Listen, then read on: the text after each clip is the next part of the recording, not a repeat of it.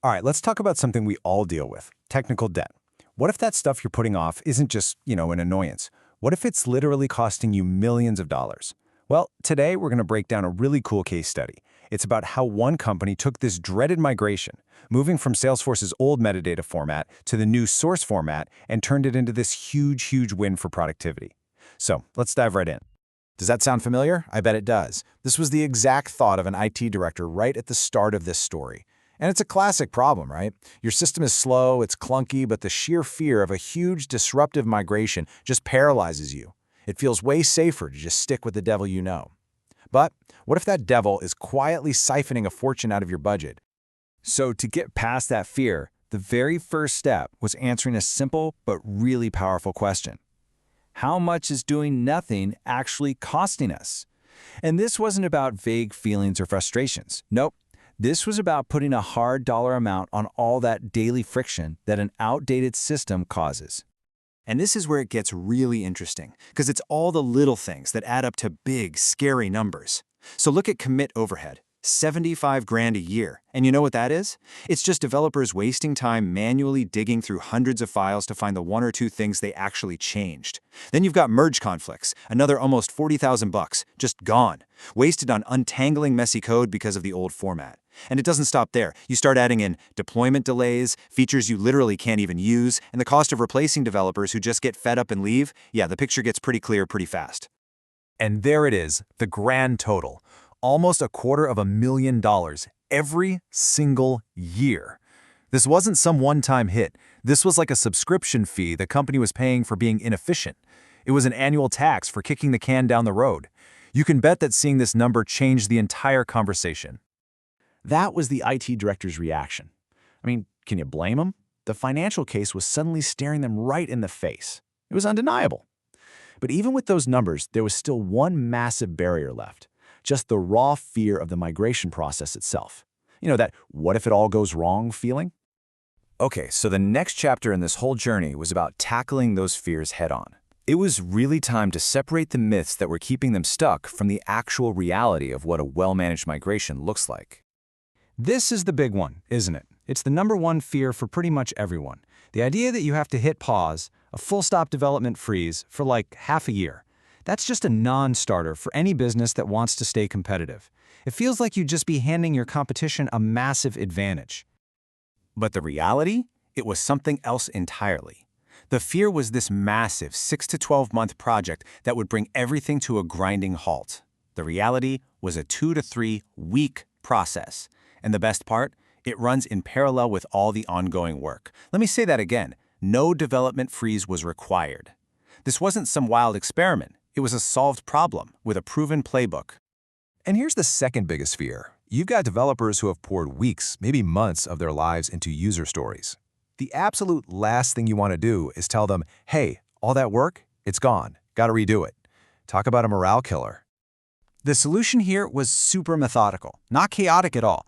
First, they just prioritized and knocked out any high-priority work right before the switch. Simple. Second, for anything that was only partially done, they just carefully migrated it to the new system. And third, they gave developers a crystal-clear process to just pick up right where they left off. The main takeaway here, zero work was lost. None. So, with those fears finally put to rest, the team could actually focus on the plan. And what they found wasn't some scary, unknown black box. It was a structured, totally manageable project. This was not a leap of faith, it was just a series of controlled, predictable steps. The whole thing was broken down into just 3 weeks. Week 1, all about assessing the situation and getting the plan locked down. Week 2 was the main event, the actual migration plus a really critical validation phase. And week 3 was all about training the team and doing the final cutover. 3 weeks. That's it. Structured, finite, and completely under control. Now this right here, this is the step that guarantees that whole everything's gonna break fear never ever comes true. See, before they went live, they took the newly formatted code and deployed it to a completely fresh, clean environment. Then they compared it, component by component, against the original, and only after proving 100% that it worked identically did they move forward. This validation step is the ultimate safety net. All right, so the migration's done, the fears turned out to be nothing, the process was smooth. Now we get to the fun part, the results. And let me tell you, they weren't just good, they were immediate and they were dramatic. So the first result was just wow, absolutely staggering. Check this out. The average time it took to commit code plummeted from 17 minutes all the way down to just 4. That's a 75% drop. And it's all thanks to this awesome feature called source tracking, which, just like it sounds, automatically keeps track of every single change a developer makes. No more hunting around. One of the devs even said, and I love this, source tracking is magical. And honestly, looking at these numbers, you can see why. And this chart, this speaks volumes about the human side of things. It wasn't just about faster processes. Within 30 days, 94% of developers said they preferred the new system. 88% said their daily work was just plain easier. But you want to know the most telling number on here? 0. 0% wanted to go back. That is a landslide victory for morale and for keeping your best people around. You see, the migration didn't just fix old problems. It unlocked a whole new world of possibilities. We're talking about things like environment sync, which automated a process that used to burn over 40 hours a week. They got powerful dependency analysis, they could finally start integrating AI tools, and their quality checks started running 30% faster. This wasn't just an improvement, it was a true force multiplier for the whole team. So let's bring it all back to the bottom line, shall we? When you add up all the time saved, the value of the new features, and the money saved by retaining happy developers, the total annual value came out to over $700,000. Now factor in that one-time $55,000 investment to make it all happen, and the return is just incredible. A first-year return on investment of 1,183%. Now, that is not a typo. Think about that. An investment that pays for itself more than 10 times over in the first year alone. But the impact, it went even deeper than just internal productivity and ROI numbers. Over the next year, the team started to realize this wasn't just about being more efficient. It was about becoming fundamentally more competitive out in the market.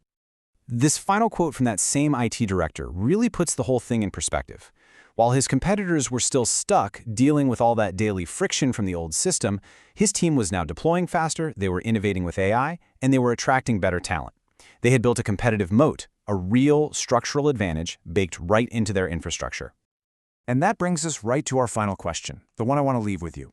This whole story started with the fear of disruption, right? But what it uncovered was that the real disruption was already happening, every single day, through lost time, through frustrated teams, and through missed opportunities. So the question really isn't, can you afford to migrate? It's, how much longer can you afford to wait?